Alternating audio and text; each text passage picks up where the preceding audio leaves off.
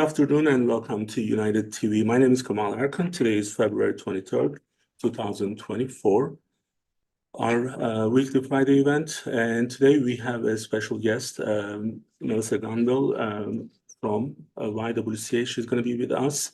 Melissa, if you are able to join us, please. All right, there you are. So, well, thank you for joining us. Thank you for having me. So it's extremely exciting for us to have, we have our regular session, but when I have YWCA or someone from Brandywine SPCA joining us, it's always more fun, honestly, just because we are able to talk what we do for the community and what organizations are doing for the community. So just also we want to kind of get to know you a little bit. If you can just talk about yourself and give us some background, and then I have a couple questions after that. Absolutely. So thank you again for having me, Kamal. This is great. I'm very excited about it. So I'm Melissa Gonville, as you mentioned. I am currently CEO of YWCA Delaware. I'm actually just coming up on a year in that official role. I was interim CEO for 6 months before that. And I actually worked in the banking industry for 26 years before I came over to the nonprofit world. And what else can I tell you about me? I'd done a lot of different things there. I had done you were with YWCA before, right? You were the Yes, true. So while I was working in the banking industry, I was on the board of YWCA Delaware back in 2008 to 2014. I was board president for 2 years, stayed engaged with the organization, loved the organization since then. So really spent a lot of time, going to events, talking to the staff and the board members, and just really staying engaged because I have a very strong passion for diversity, equity, and inclusion. And that just, it really dovetails with what the YWCA is all about. So we want to talk about the impact of YWCA in the community that we live in. From personal standpoint, I know I put YWCA in a different place. It's one of those charities, in my opinion. It's actually the way that we are helping, you guys are helping. It's extremely meaningful in a way that there are people who may be in trouble in their lives, and then you are there, your organization is there to help them for that time being, for transitional time, and then help them and then support them to get back to their life. So that's really important. So this is not like a charity where you provide this ongoing support nonstop until forever. So that's why it has a huge impact, in my opinion. But I want to hear from you how the YWCA's impact, the work that impacts the community. Absolutely. And it's funny that you brought that up because back when I was on the board, we always used to say it was, we offer a hand up, not a handout, because it was all about helping people become more sustainable and giving them the resources and tools and self-confidence that they need to do that. So YWCA is focused on equity and justice in our society overall. Our mission is eliminating racism, empowering women, and promoting peace, justice, freedom, and dignity for all. So that's the overall mission. We offer our services statewide. We support, the last couple of years, it's been almost 9,000 people that we've supported each year. And we have a diverse range of services that all really work together to help people overcome challenges and become more self-sustaining. And that we can talk about it more in detail later, but just at a high level, our services are housing. So we do emergency, transitional, and community housing. We have a sexual assault response center that provides 24/7 support to survivors of sexual assault and domestic violence. We also have economic empowerment programs where we do things like financial counseling, home ownership counseling. We help people who are in a foreclosure crisis. We also provide workforce development type programs that are really targeted to women, entrepreneurship support, as well as youth development initiatives, all that within economic empowerment. And then we also have racial and social justice and advocacy programs where we're really focusing again on that equitable and just society, advocating for laws and regulations, as well as providing education. That's very detailed, nice, good summary for us. So now I know time to time when I talk to you and then people before you or any of the board members. So I want to also mention the way that I got involved with YWCA, and she's watching right now, Dr. Eileen Donnelly. She's a very good friend, and she's someone who actually helped me to connect with you guys, and I know she does a lot of things from her personal side as well. So different projects that you guys are working on. I know there are different things that every year there may be something more important than the others, and some projects are taking priority. So in terms of your current projects and the initiatives for year 2024, what are the things that you guys are working on?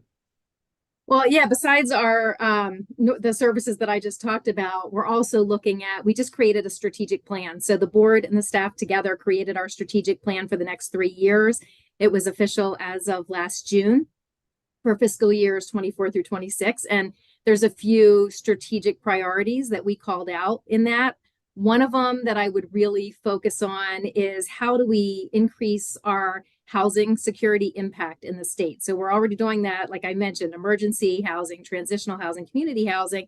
How else? How can we provide more impact? Because there's a big issue with housing security, homelessness, affordable housing, not only in the state of Delaware, but across the nation. So one of the things we're looking at is potentially getting into permanent supportive housing. So how do we help people? It's interesting that you say, because we do normally, a lot of our programs now are, we help people, they may come back later for our services, but it's not necessarily that long-term support. However, in some cases, in order to stop chronic homelessness, some people, especially those with physical or mental health disabilities, need that more long-term support. So that's where we're looking at permanent supportive housing, which has proven to be successful across the nation. We've created a housing planning committee that just met for the first time a few weeks ago, looking at partnering in that space, not trying to do it ourselves. And how can we house more people? How can we try to help people become more sufficient long-term? So that is one of our big projects that we're looking at. That's probably the biggest kind of change we're looking to make to increase our services. The other thing we're doing that is also in our strategic plan is increasing our advocacy efforts. So we've always been advocating in the space around our mission, but really trying to mobilize Delawareans to focus on legislation and policies that are going to help women and children, families across the state of Delaware. We actually now have advocacy alerts, and I don't know if we can pull that slide up, but we have advocacy action alerts that we're starting to create literally just this year, and people can go out and sign up so that if there's some kind of regulation, a bill that's going through the Senate or the House that we need some support on, they can sign up for alerts where they can call or email or write to their legislators and ask them They to are support. running in the video loop, so there's a single picture, but we'll see if we can actually share the link, perhaps. Do we have that as a link on the website? Yeah, I think you have there was a QR code and probably the link as well for action alerts. People can look for it later too, but it's and you can find everything that I talk about is out on our website. So Melissa, one of the things with the housing, and it was an education for me several years ago, and I don't know if you guys are still having those issues. There's the permanent housing, and there is the transitional housing, as you mentioned. So now from YWCA standpoint, our focus is on the transitional one. Is that changing? Is that what we're going to maintain our current services. So what we do, I'll give a little more detail about the housing if that works. So emergency housing is up to 90 days. So we do have, our Home Life Management Center in Wilmington has both emergency housing and transitional housing. Emergency housing can be up to, so we do it in 30-day increments. It can be up to 90 days. And then we can either help people either find permanent housing with our help or on their own, or they might move into transitional housing. And sometimes people go straight into transitional housing, which can be up to 2 years. Transitional housing, they're actually in a small apartment. In our home life management center, we have 10 1 and 2 bedroom apartments where they have a little kitchenette. They can they provide their own food. They're more stable than when they were in that emergency housing. So that we have 10 units there. We have 28 emergency housing units. And then the other thing that we do is community housing, and that's more where we help people either stay in their homes or find a new home, diverting them from the shelter system altogether. And we had, I believe it was around 200 households last year that we were able to prevent from moving into the shelter system or becoming homeless by helping them with those programs. People might hear the words diversion or rapid rehousing that we do there. So the way that this is designed, I guess the structure is there, is addressing a specific group of individuals who may be going through trouble in their lives. So someone who is who's having that issue, how do they reach out to you? Like, how do they know to reach out to you? That's a great question. And there's the advocacy alert, action alerts, if anybody wants to use that QR code. As far as how you can get into our shelter, there's actually, the main route is through centralized intake. And the number is 833 Find Bed. Most of the shelters in the state of Delaware, based on the funding models that we have, people need to go through centralized intake. So you call that number, they actually know what all the different shelters are, what types of people that we can house. So from a YWCA perspective, we're a family shelter. So it's focused on housing either women with children, men with children. It could be a grandparent with a child, but it has to be a family unit for most of our units there. So they have to call centralized intake. Centralized intake would refer them to us. There is one other way, actually. We do have a few units that are set aside specifically for survivors of sexual assault and domestic violence. That does not have to be a family. That actually could be a single person, and they would go through our sexual assault response center to get into those particular rooms. So I think the way sometimes we also from our business standpoint, we deal with we provide services to the patients, and our patients, they go through. They're all from different background, different family dynamics, and we do provide services for all insurances. And in some cases, even people with no insurance, there's a fee schedule at a lower level for those. So we are, and as you know, we have an office right in downtown, which actually got much bigger now. We used to have a smaller office there, but right now we are right in downtown with our primary care office with 16 exam rooms, and your office is pretty close to where we are there. Now, what I see there in that location specifically is how our demographics changes, who we provide services, and it becomes more than just the service itself. So providing the healthcare rather than understanding patients' social issues, financial difficulties, violence in family, domestic violence, and all those becomes part of the care that we are providing. And that's why also my appreciation for organizations like yours is at a really great level, because when we know that there are help out there available, it's just like it gives us some peace of mind. So, but what I see is where I was going to go with this. In some cases, I see that patients or people in this case don't know, because they're in that crisis situation, they don't know that these things are available to them. So, and I know we are maybe at full capacity right now, but then as we are able to reach out to more people, maybe we are able to do more with, with other things, and with the state's help and with the federal government's help, the organization can grow. Is that part of the plan for the future for you guys? Yeah, definitely. So we have one of the things that we do have for all of our programs is we have case management. So we have people who understand all of the resources that are out there across the state, and people go through an intake process. So regardless of which program you're coming in, you're going to go through an intake process where we try to understand what struggles do you have, what is your background, what help could you possibly need, and then those case managers work across the organization and outside in other organizations with partners, with healthcare systems to try to get people the resources that they need.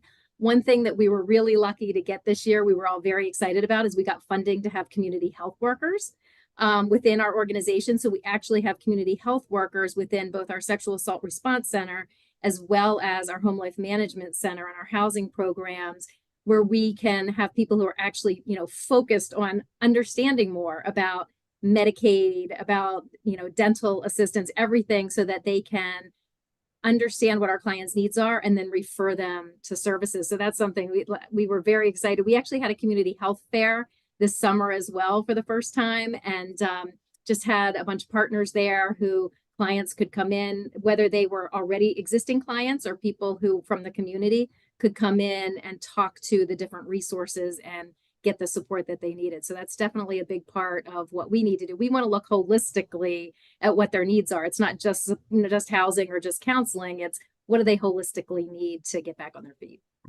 Now, I know one of the biggest challenges probably in the organizations like yours is the financials. And so I'm not going to even ask you if you guys have issues with the financials issues, but what are the other challenges outside of financial things? What are the big challenges that you deal with day to day? And do you see there are any solutions, or if there's something that we can do to help in those cases? Absolutely. And I'm happy to talk about financial challenges too, because Sure. all of us ask any nonprofit leader and they're going to go number one challenge funding. So I'm happy to talk about that too. But outside of funding, affordable housing is a huge issue right now. And I don't think anybody watching this is probably surprised about that, especially you. So, and it's not just Delaware, it's across the country. We have a shortage of over 19,000 affordable housing units in Delaware, and that comes from the Delaware State Housing Authority as of 2023. So, part of that is addressing homelessness, but part of it is also addressing those people who are what we would consider cost burdened or severely cost burdened. So, the equation for mortgages, rental units, et cetera, is that you shouldn't be spending more than 30% of your income, your total income, on housing, whether that be mortgage related costs or rental related costs. And the number and percentage of people who are paying more than 30% for housing is increasing in Delaware and across the nation. So if it's more than 30%, they're considered cost burdened. And if they're spending more than 50% on those housing costs, it's considered severely cost burdens. And those numbers are both increasing. And that's those people, and many of us probably know people who are one emergency away from losing their housing, whether it's a medical emergency or a car dying, big home purchases that they have to do, one emergency away from losing their housing. That the number of people in that situation are increasing. So that's a big challenge for us and why we really want to focus on advocating for affordable housing legislation, not only for the legislation, but for the budgets. Like, how do we make sure that governors and everyone's basically the president, that they're putting the money into creating affordable housing where we need it, because that's the only way we can make sure that we're decreasing homelessness is to make sure that people don't lose their homes. And unfortunately, economy since after COVID, it's not on the right direction.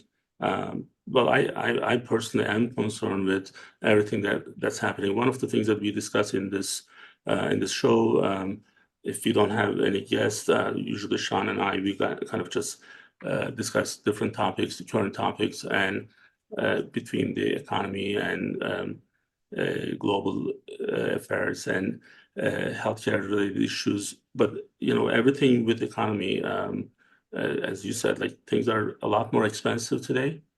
And the other thing that I don't think we were used to this type of inflation before. So now there's an inflation, and people they either understand or they don't, but they feel it. So there is a reality of this impact, like regardless of um, whatever everyone says, there's a big issue on the economics, financial issues, and this is at every different level. And someone who lived in a different country for 24 years, I was used to some of those things before back in Turkey. So like Turkey still have this high inflation, and then they kind of go up and down. But in here, we were not used to any of those. In the last 25 years, I've been here, and other than last 3 years, I don't remember things being so expensive. So we did like one of the calculations that in one of our discussions, we did this mortgage calculation. Someone who used to pay $2,200 per month for the same everything with the interest rate changes, they were paying $3,200. So for the same level of principal, those things, of course, are contributing to probably what you guys are potentially going through now. This is supposed to be kind of like us just having like a just like an internal dialogue. But one thing that I cannot help but ask you, are you getting enough support from the local government?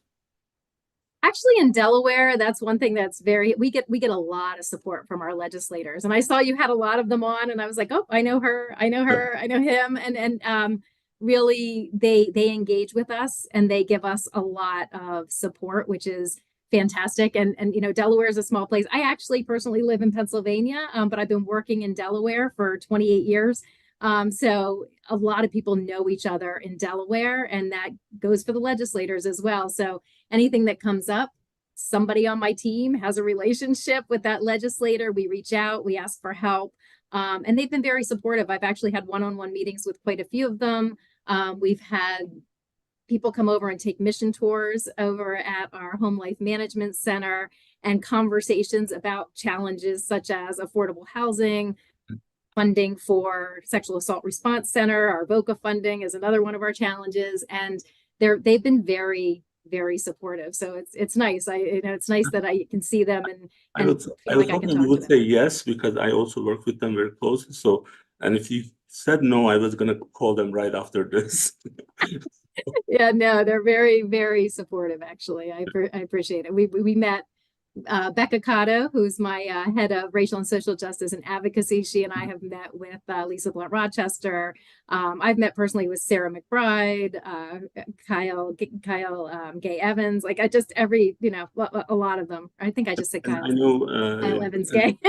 Yeah. Lieutenant So Governor Bethany also is a very big supporter of YWCA as well. So, but again, like having them on board and understanding the issues and updating them is important. And anything that I can do from my side, I would be more than happy to communicate those issues with them if you need any help. Now, I know we have this annual breakfast once a year, and that's kind of like the big fundraising event for us for YWCA. So I feel like I'm part of YWCA, although you are part of YWCA. I am. Like I don't have any like active role. So, but I'm a big supporter. I would like to do more, but I don't want people to misunderstand what I'm saying. So, in terms of getting help and raising funds, I know annual breakfast does a lot, but it's not enough by itself. Now, if I was just someone who wanted to support and not able to come to the breakfast events, how can those individuals help and support YWCA? There's so many ways to support. I will really quickly though talk about our breakfast, because this year is our 20th annual celebration breakfast. So we're really gonna have a great celebration. So I do want to encourage people to try to make that. And you can actually, if you can't attend the breakfast in person, you can actually watch it online as well. We do live stream the breakfast. So, but there's so many ways to get involved. One thing I highly recommend is taking a mission tour. So if you're listening to me talk about what our services are and it's something you're passionate about or something you just really want to learn more about, you can sign up to do a mission tour, which you can go to ywcade.org. And you can either do a virtual tour, which we do, and usually we do every month, we do a virtual tour and an in-person tour. And either way, you're going to learn about all of our services. So the in-person tours are at the Home Life Management Center. We do talk a lot about our housing programs, but we also talk about all the other programs there, which actually do things. We have a healing space in the Home Life Management Center for our SARC program. We have a learning lab that our economic empowerment programs utilize there. So we talk about all of our programs and services there. And you can really get to know a lot and meet some of us personally so that you can understand how you can help. And we talk about things in there about there's volunteer opportunities, there's sponsorship opportunities. You can sponsor the breakfast. We have a walk coming up in June that we celebrate for Juneteenth. You can sponsor the walk. And Do More 24 is a huge event across Delaware where I think it's United Way and Spur Impact who lead Do More 24, and it's a 24-hour period from March 7th at 6 p.m. to March 8th at 6 p.m. where people can donate, and there's some matching gifts and some prizes depending on donations you get at different hours of that 24-hour period. So you can donate that way too. There's volunteer opportunities, facilitation opportunities. There's so many ways you can engage. Besides our website, you can follow us on social media. We're on most of the major social media channels, and people can also reach out info@ywcade.org and ask us questions or reach out to us that way as well. But there's a lot of opportunities to engage and support. Very, very good. And I know we did something from United Medical side a couple years ago. Our leadership team, we decided together to take our support to a different level. And with the partnership with my leadership team here, we are doing something on the personal side as well as from the United Medical side. And I think maybe some of the organizations, businesses who are trying to support in different ways, they may be modeling what we have, because that was kind of was a very efficient way to kind of have this being able to do something together in our organization in United Medical, but also, we are also able to be part of what you guys are doing there. I mean, I feel great about what we are doing with you. So hopefully maybe other businesses can do some of those in a similar way. And I would be happy to talk to some of them on your behalf if you ever need any help from us. I appreciate that. Yeah, we love when groups come in to volunteer, and there's usually opportunities in all of our programs for volunteering opportunities. So yeah. Melissa, you mentioned the touring and people understanding what services we have on the website. One of my initial interaction with our location in downtown was to see the setup and not knowing that this exists already. It was already there. It was a huge surprise for me. So there are pretty much like independent units, apartments, because usually people who are going through some of these troubles, they are families and they have small kids, and the vast majority of our people that we are helping, they are female individuals with families, with kids. And for them to be able to, stay with their kids and getting that help in a setting in the way that YWCA has, it was an eye-opening for me. I'm like, okay, so we definitely need to be able to do more, and how we can get involved. Many of our providers, physicians, they are aware of the services and they try to help. But I think for individuals to kind of better understand the actual setup and see what's there, and how also, like, one of the things that different families, while they're there, they actually do things together with each meal time, and then maybe they are supporting each other as well. So it's an amazing setup that we have there, and I'm so glad that people like yourself who are taking this extra initiative, because it's not easy. Like if I mean, you were working at a bank and you probably took a pay cut, and but you want to do it because you know this is something that is very important for you personally. Now, if you can tell me a little bit on the personal side, your involvement with YWCA, are there other reasons or satisfaction that you have from what you do, and what actually motivates you to do what you are doing? Yeah, I mean, I think, yeah, I talked a little bit about that diversity, equity, and inclusion effort, but I think even though I said I worked at a bank for 26 years, the things that I love to do the most there, I led big groups and I enjoyed the jobs that I had, but I always on the side was leading mentoring programs, creating mentoring programs, leading DEI initiatives, doing different things. I led several women's groups there. And the whole thing about empowering women, empowering people of color, trying to help them be successful. It's just something that I love. I was actually on a call this morning where we talked about what brings you joy. And I said, what brings me joy is seeing other people succeed.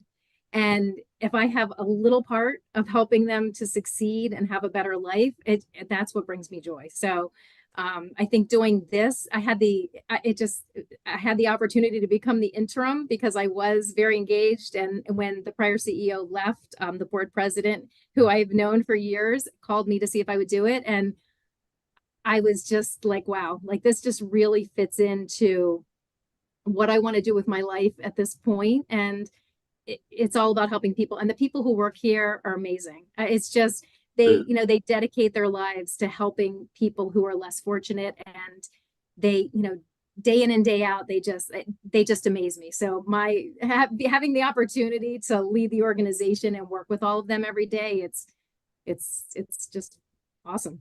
That's excellent. That's excellent.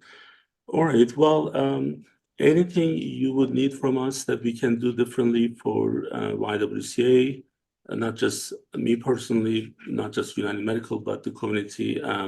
Any message that you would like to give for those who are out there who wants to get involved? Absolutely. Well, first of all, I want to thank you because you are a big supporter. Your organization is a big supporter. You personally are a big supporter. We are all extremely grateful for that. And what I would say is, to the community is get to know us. I would love to see people come to a mission tour, come to one or more of our events, volunteer, get engaged. I just think that if you get to know us, you're going to want to know more, and you're going to want to get involved. We're all very passionate about what we do. And like Kamal said, he got involved and he became very passionate about what we do. So I would love to see people get more engaged. And I would like to take a minute just to thank our staff, our board members.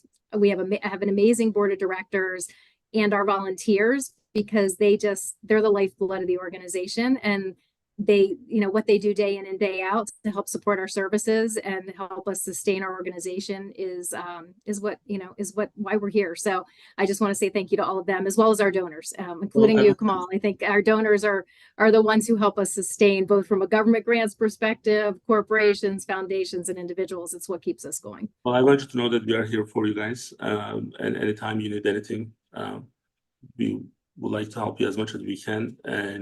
And I want to make sure that those who are out there really want to do something meaningful.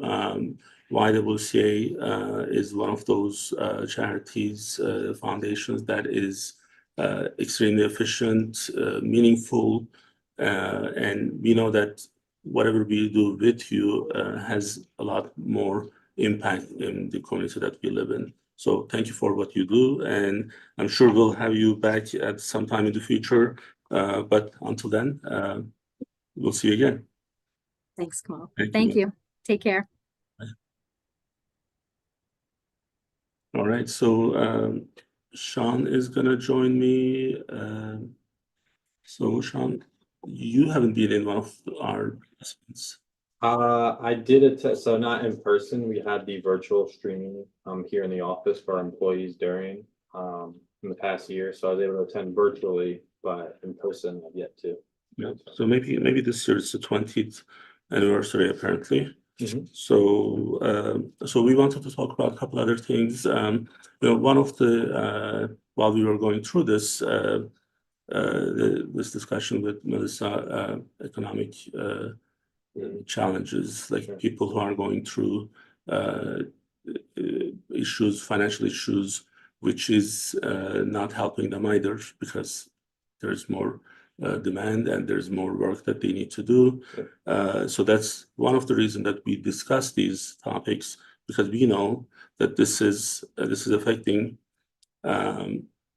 everyone. So when we are out there, when we discuss, when we live our lives, I actually become a better observer of what's happening around us, like situational awareness. Situational awareness in a way that you don't just see a person, you see the person maybe who's struggling with different things. So without going into the details of it, I just wanna, just last Sunday, one of my, few times that I was in one of the grocery shopping, and I see this lady who's 95 years old. And I mean, I made that up. I don't know how old she was, but she was old. 94. She was 96, maybe. She was really, I can't tell that she was over 90. And she had to drive. So that means she was driving. That means she doesn't have help. So someone, like, I don't want my mom to do her own shopping at that age. I don't want her to drive on her own. She drove from her apartment, her condominium, I guess, and because there's not enough support. So I see that, and then I see all the issues with the family dynamics and who's supporting her, who's not supporting her. So then this may be a single mother with 4 kids. Then they're probably struggling how to actually make that payment. So you go to the mall and then you see this guy who's 79 years old and who's picking up this part-time job at a cashier because they cannot make their co-insurance, co-payments with their health insurances. So, and we see this more and more and more. Now, things that we discuss in some cases, it may be kind of like what we discussed, like today we are going to discuss about BRICS, right? So when we bring up this first time, there wasn't enough momentum around BRICS movement. Yeah. So now we are in a different situation. So do you want to kind of dive into that? Sure. So yeah, see if I get a visual here as I just go to debrief us on it. But as Kamal mentioned, we had started tracking BRICS probably over 2 years. I think it was in 2022. So it started with the global reserve, US dollar being the global reserve. And then around that discussion, we picked up BRIC and see where this was going to go. Right. So from there, we knew that it was kind of in the early stages. However, in our initial research, we found out that it was actually in the early to mid 2000s that some countries started coming together to form that initial, the Brazil, Russia, India, China team, I guess you could say, to use an alternative currency on their global trade as opposed to using the US dollar, which was the standard reserve for so long. And I know a lot of people maybe initially didn't put too much attention towards it, saying it won't pick up momentum, it's not feasible, it'll sputter out after so long. But if you've been following the recent news in the past couple of years, even just this past 1 year, specifically, there's definitely been a gain of momentum with other countries joining the BRICS conglomerate, you could say. So abandoning that US dollar will definitely have an impact on people who, like in America, if you're using that as your day-to-day currency, if it's not being traded at such a volume that it normally was on the global scale, you will feel that impact on the ripple down. And that's kind of what we've been following closely now, as you'll see, like Egypt most recently getting involved with adopting the BRICS. And also part of what we'll probably go into in a second here is, we know back when Russia attacked Ukraine, there was a sanction. So there was an economic attempt to kind of stall Russia's economy from the US, putting different sanctions, trade stoppages on that. However, China and Russia still trade between each other. Russia is still able to import or export, I forget which one it is. I know there's the ban on going one way versus the other, but still having that export, I believe it is, of I think it was over 400 billion, I want to say 425. So you're seeing that having them using an alternative currency from the US dollar is going to have a greater impact, because not only is it gaining momentum in the fact that they're trading a larger quantity, but the amount of trade they're doing in between each other has also increased now on a different currency. So even though they may have been previously using the US dollar, now using the alternatives, it's going bigger with a different impact. Exactly, and just want to kind of put this out there. So I think I did share this before. This is 2 years old. So when we felt the inflation first time with this Russian-Ukraine conflict, we want to see where dollar is going, and then the $34 trillion debt rate now, the ceiling that we have used to be 20 trillion end of 2019. So then we were saying that how are we going to actually get this? How are we going to close this gap? And then one of the things, like by printing more money. Well, we could do that because we are the global reserve, right? So then we said, okay, well, look, I mean, this may not be permanent.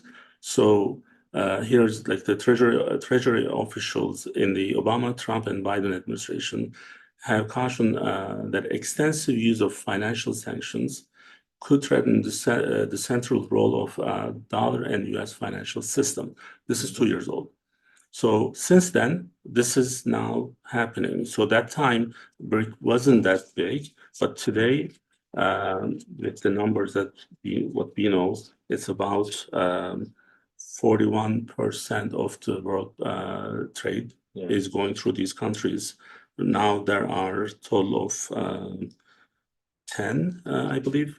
10 countries. Some of them are a bit smaller. I'm sorry, 11 countries. Yeah, so maybe their impact might not be as strongly felt. I know, like, I think it was Argentina who was in the plan of joining, but then when they had their most recent election, then they canceled that idea to go back.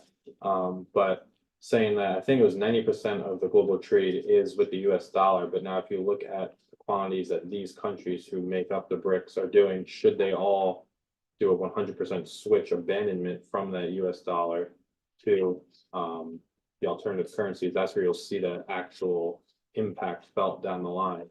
Because like obviously there's other trades where some countries will exchange a good. So if they're shipping out oil in exchange for this to pay off a debt, it's not always a straight paper currency.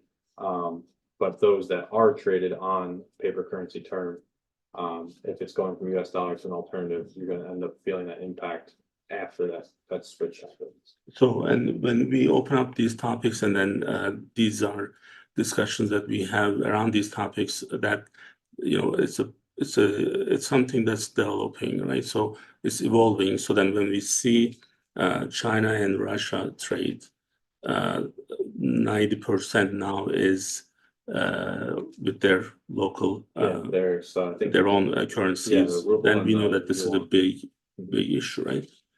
So because that's number 200 billion is taken from that pie. Now it's going through.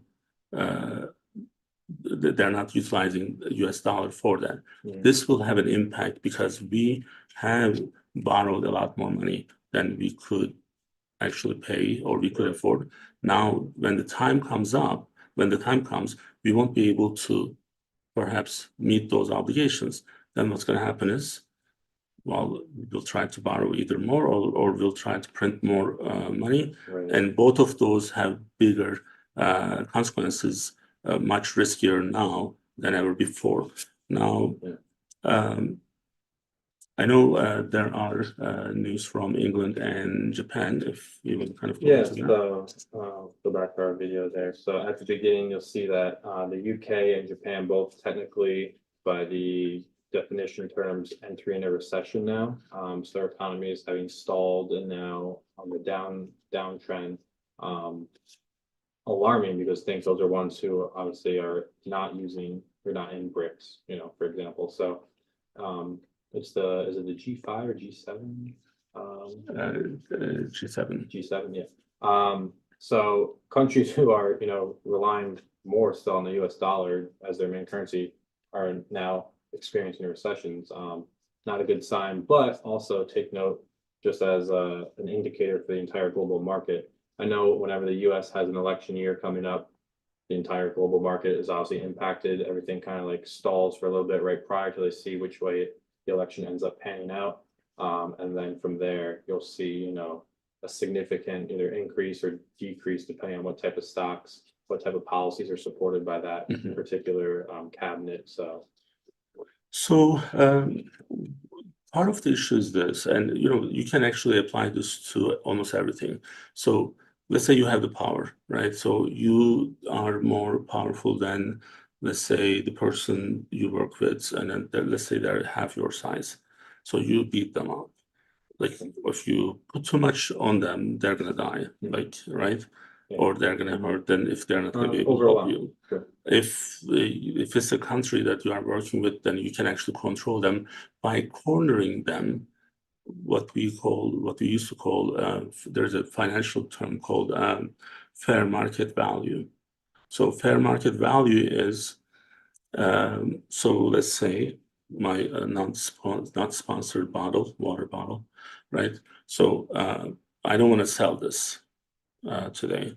So I'm asking you to buy this from me. So, well, or you come to me and then you say you want to buy this from me, and I don't want to sell it.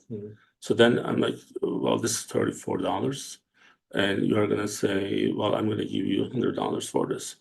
Then I'm gonna be like, well, I don't want to sell it, so I'm not motivated. Yeah, you're holding out. Right? So then you are now desperate for this. Okay.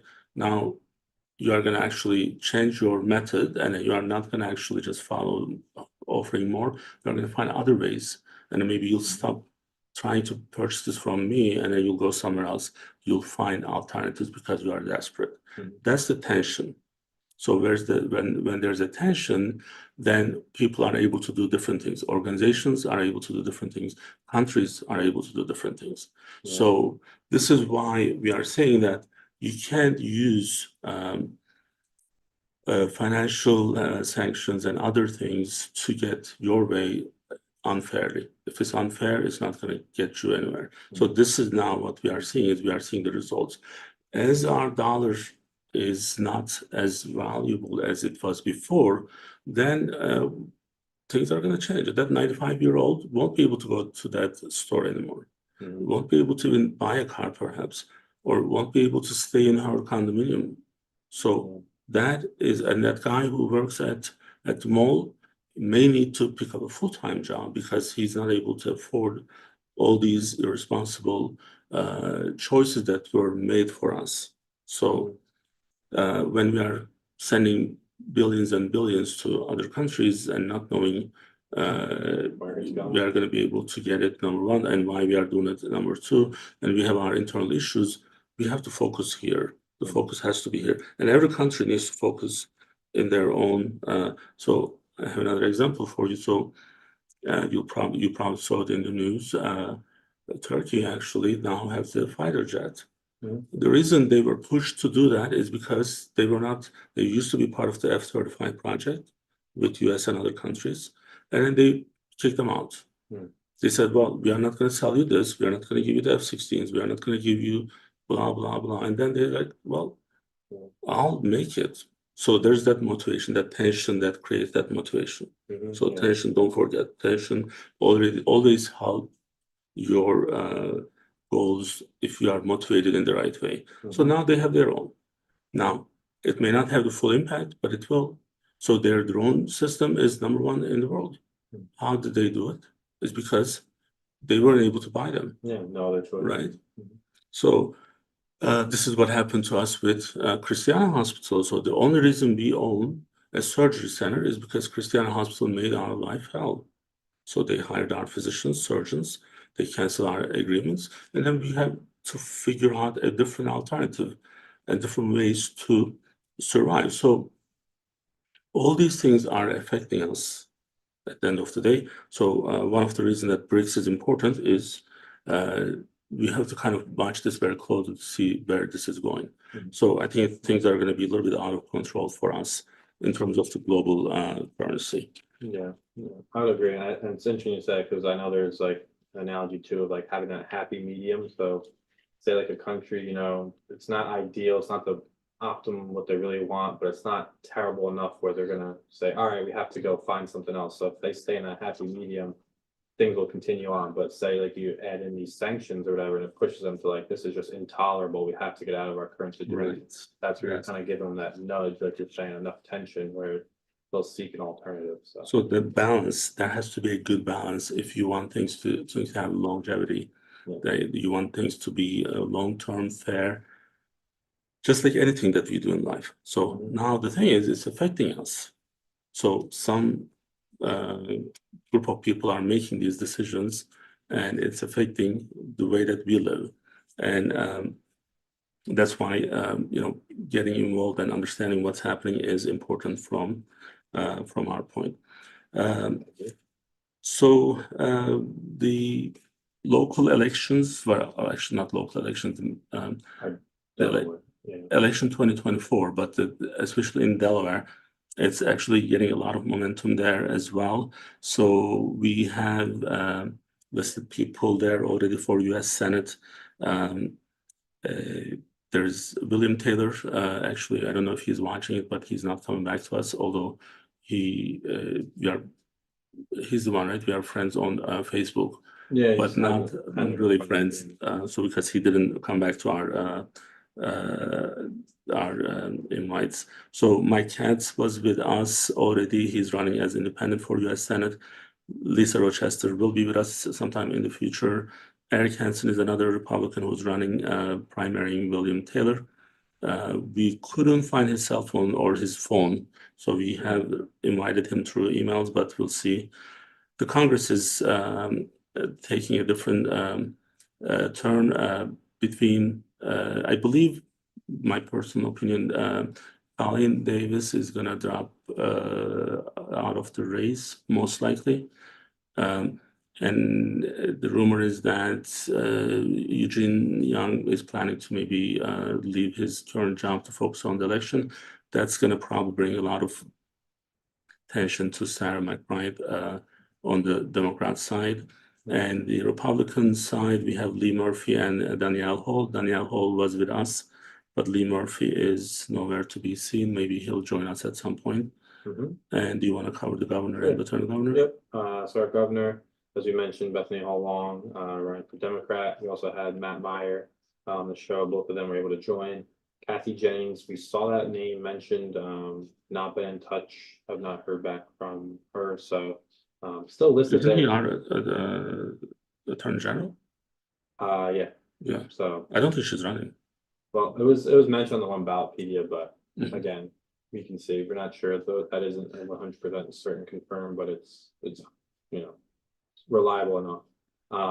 And then our lieutenant governor Kyle Evans Gay and then Sherry Dorsey Walker, both of which have joined us. There were two other names again mentioned on that Ballotpedia, but neither of them were initially mentioned back since we started covering this. I don't know if they're late entries. There will be some. There may be some other entries, but I know that. So Sarah and Eugene Young are gonna probably have a pretty not a close one because Sarah's gonna win, but I think Eugene is gonna put a lot of pressure, which may help her too because now she's gonna feel like there's more tension, so then she has to work more. But I mean, she's already working, but she may be need in that happy medium. right. Yeah. So maybe but I think the interesting one is going to be between Bethany and Matt Meyer, and I think in the next couple of months we'll see something in that. Hopefully, it's all the best for Delaware. So I know we have our Bariatric Friday events. What else do we have today? So Bariatric Friday, you will be traveling the next 2 weeks. So I think it's the second week that you're going to be having the dean of your college, Yes, join for a live session. So my college is the oldest university in Turkey, and it's the first one in Ottoman Empire. So I'm a big proud of being from A lot of UMACO. history books there. History department goes So- crazy. Well, but like it's a huge deal for me, like being from that type of college, and also now having our dean to join on call. It's a good deal. Yeah, definitely. And that is the second week. We're not sure if it will be on the Friday per se, but sometime during that week. Yeah. Once the date is finalized, obviously we'll be able to post that on the upcoming events. All right. And then, yeah, and then into March, we have some more political figures joining once you return back. So we have a lot still to come in the spring. All right. Well, thank you everyone for watching us, and then we'll be back with Dr. Erdogan in a couple of minutes. Until then, we'll see you soon. Bye-bye.